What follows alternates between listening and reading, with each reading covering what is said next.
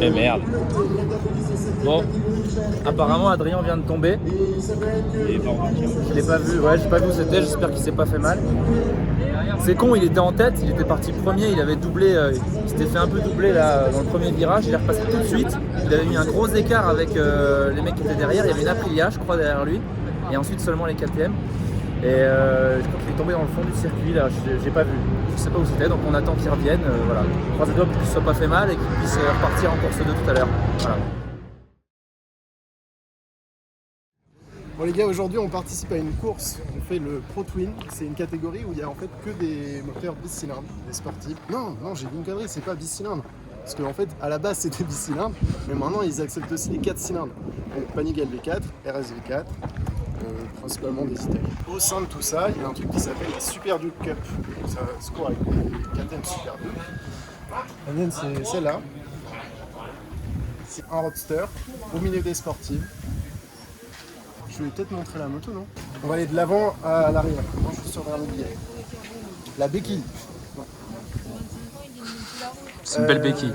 C'est du Dunlop du KR. Normalement, ils sont neufs. Oui, ils sont tout neufs. Freinage d'origine.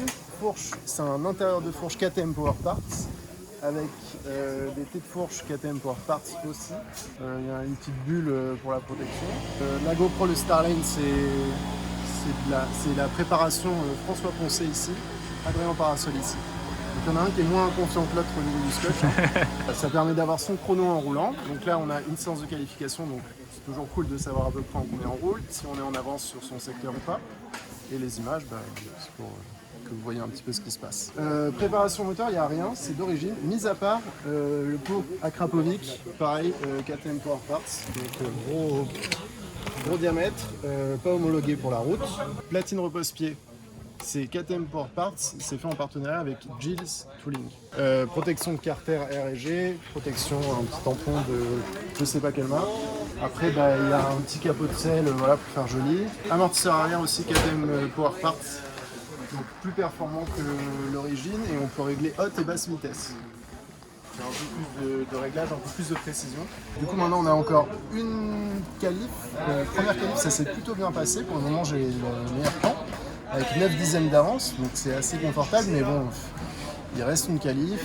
Les courses c'est demain, il peut se passer encore plein de choses. Là j'ai roulé 18-2, j'aimerais bien descendre en 17, on a mis les pneus neufs, donc normalement c'est jouable, mais on va voir ça.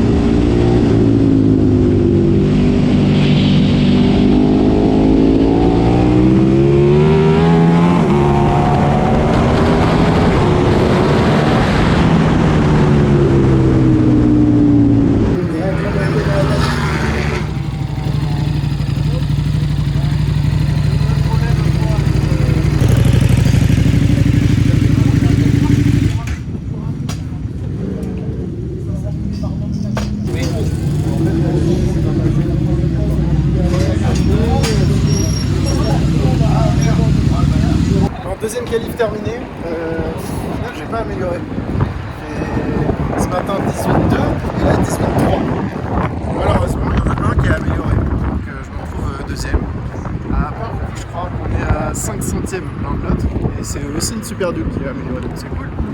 Dixième, je crois. Non, centième 50 centièmes. Centième. Ouais, c'est ça. Non, 5 centièmes. 5 centièmes.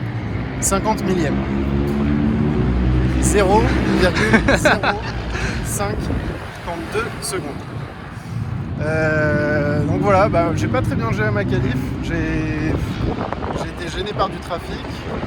Et les tours où j'étais bien, j'ai fait des couilles et du coup, ça n'a pas fait mieux. Mais c'est pas grave, demain c'est la course. On a 2 manches, 18 tours chacune. Et la première est à 9h15. Le plus dur, ça va être ça en fait. Ça va être d'être réveillé à 9h15. 15 secondes, on va présenter le drapeau à l'ami. Je voulais faire une sortie de champ. Ah, je voulais faire une belle sortie de champ là. On l'a refait genre. Allez, pour être beau gosse. Moi je la couperai. Hein.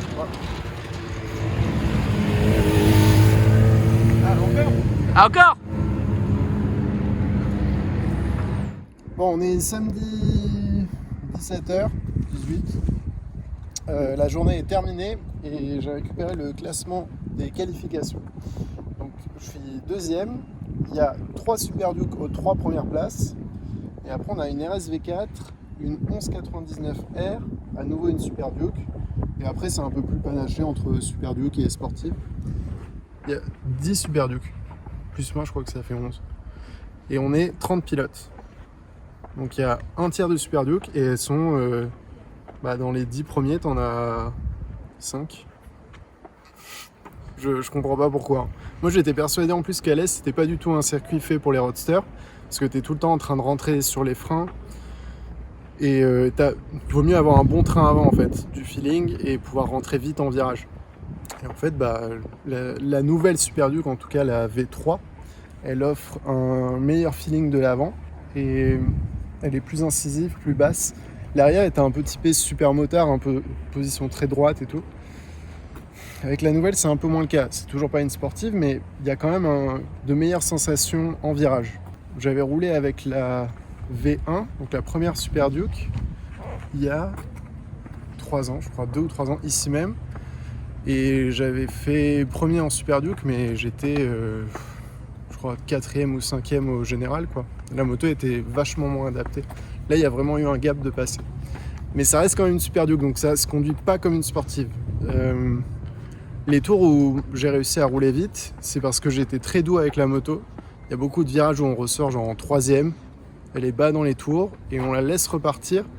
Et là, en fait, on profite de la force du moteur. C'est surtout là qu'il est bien. C'est en bas régime, où en fait ça tracte, quoi. Sur les premiers mètres en sortie de virage, je pense que ça accélère vraiment plus fort qu'une sportive. Après, dès que ça commence à prendre du régime, il y a un peu moins de puissance, alors que les sportives commencent à en avoir plus. Puis aussi, c'est une moto qui reste un peu haute par rapport à une sportive, donc elle tourne pas de la même façon en fait. Avec ce centre de gravité un peu haut, on a plutôt intérêt à la laisser aller, tourner, la redresser et repartir vraiment. Comme avec une Sportive 1000, mais encore plus exagéré vu qu'on est bas dans les tours et qu'on force pas. Donc c'est intéressant, je trouve. Après, en réalité, il y a quand même personne qui roule avec une Super Duke sur piste. Genre à part nous. J'en parlais de ça avec le mec qui développe les pièces là, de KTM Power Parts. Il me disait non, il n'y a que en France où il y a des courses avec des Super Duke, les autres pays personne ne fait ça. Il y a quelques mecs qui sont fans de la marque de KTM qui achètent ces motos pour faire de la piste, mais en vrai il y a très peu de gens qui le font. Et c'est dommage parce que en termes de sensations, moi je m'amuse plus avec une Super Duke comme ça un peu préparée que certaines sportives récentes pourtant. Parce que c'est pas facile de rouler avec, il faut accélérer fort, il faut puis c'est physique quoi. Enfin tu subis le truc, c'est pas simple. Faut se creuser un peu la tête pour comprendre comment ça marche et tout. Franchement, c'est quand même une bonne expérience. Enfin, on en parlera demain. Parce que si je me suis accroché au grillage au premier tour, je dirais sûrement pas ça. Mais en tout cas, pour le moment, c'est cool. Bon les gars, il est presque 9h du matin, dimanche. C'est la course, il fait 10 degrés. J'avais oublié mes gants, j'ai dû retourner au box. C'est dire à quel point je suis réveillé. Mais bon, on va y aller, on va faire au mieux. Je pars 2. Normalement, j'ai le même rythme que le mec à la pole. Donc voilà, on va voir ce qui se passe maintenant.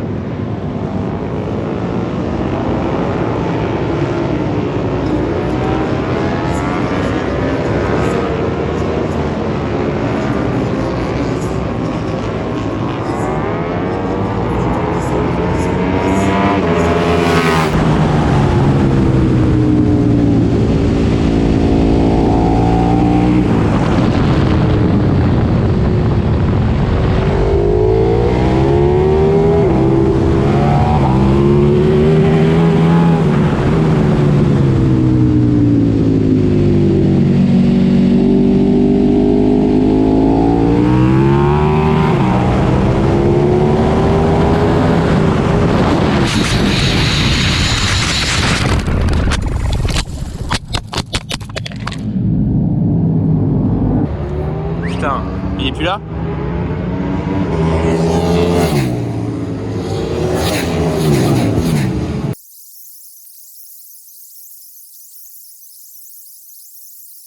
Adrien, il est tombé et il y a le réservoir qui est fendu. Bon, le pilote a rien. Il a rien? Le pilote non. Par contre, apparemment, le réservoir est fendu. Il y a Tu me filmes pas?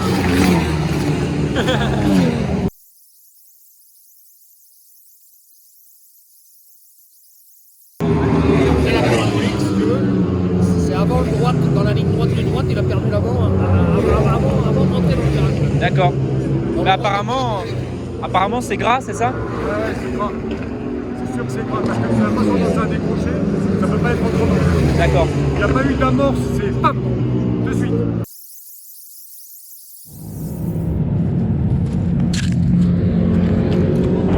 Ok, ça rentre, ramasse un, tu te mets en bout de pit lane. C'est parti. Ok, reçu. Ah mais vous êtes là. Bon bah je crois que vous avez compris ce qui s'est passé.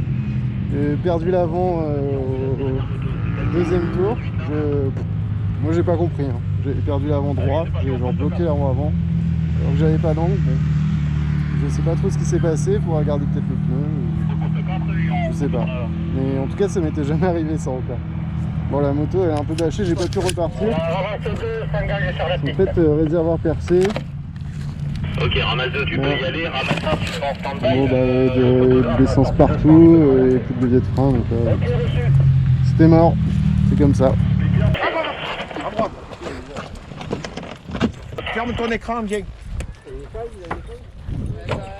Pourquoi vous voulez que je ferme mon écran? C'est les consignes, à cause du Covid. Ah oui d'accord. Attention avec tes pieds. Oh, merci. Désolé, mais c'est comme ça là. Désolé Julien mais j'ai pas compris ce qui s'est passé. Hein. C'est quoi, la prise de frein? Ouais, tu mets droit. Ouais, mais il a eu le même souci, l'autre pilote au même endroit. Il a dit que c'était gras sur la piste, dès qu'il a pris les freins, la moto elle est partie. C'était pas le même virage? C'est pas le même virage? Non, moi je suis tombé à la sortie du grand droit. D'accord. Là t'as la ligne droite Ouais. et le droit en descente. Ouais. Et genre j'ai attrapé le frein droit et voilà, elle est partie genre direct. Et t'as la trace par terre qui est... Du coup j'ai regardé les autres où ils freinaient au même endroit. Mais ils poussent la moto genre 30 mètres plus haut. J'étais droit et tout. Et là je l'ai attrapé et bam. Je suis désolé mais... Écoute, tu la prends dans l'état, il y a peu de plastique. Ouais, c'est toujours le même prix.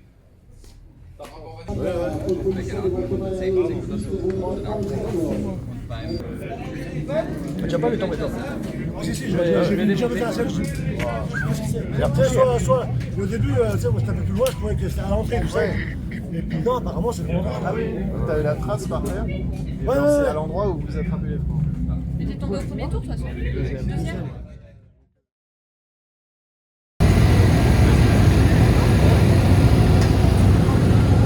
Bon bah derrière ils sont prévus pour la deuxième course. Malheureusement je participe pas. En fait la moto était un peu abîmée. En tombant il y a le T de fourche qui a cassé le T inférieur et le cadre, une panne sur le cadre. Bon trop de boulot pour remonter la moto, donc c'est terminé. Donc, on va regarder ça sur le bord de la piste et une fois la course terminée on fera quand même un petit débrief sur ce qui s'est passé, sur la Super Duke au milieu des sportives. Et voilà. Hein. Je vais essayer de ne pas pleurer en les regardant prendre le départ et ce sera bon.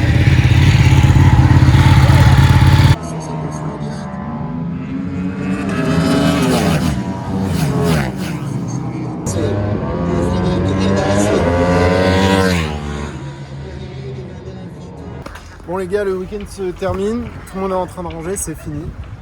Alors, première course, c'est une sportive qui gagne, mais il y a 6 Super Duke dans les 8 premiers. Deuxième course, c'est encore une sportive qui gagne. Je sais pas bien combien il y a de Super Duke, mais en tout cas, c'est assez ouf de se dire que dans cette catégorie qui était dominée par les sportives jusqu'à l'an dernier à peu près, maintenant la nouvelle Super Duke, elle arrive à jouer aux avant-postes. Donc c'est quand même très impressionnant. KTM, c'est une marque qui veut pas faire de sportive. Ils trouvent ça trop dangereux. et du coup ils ne veulent pas en produire.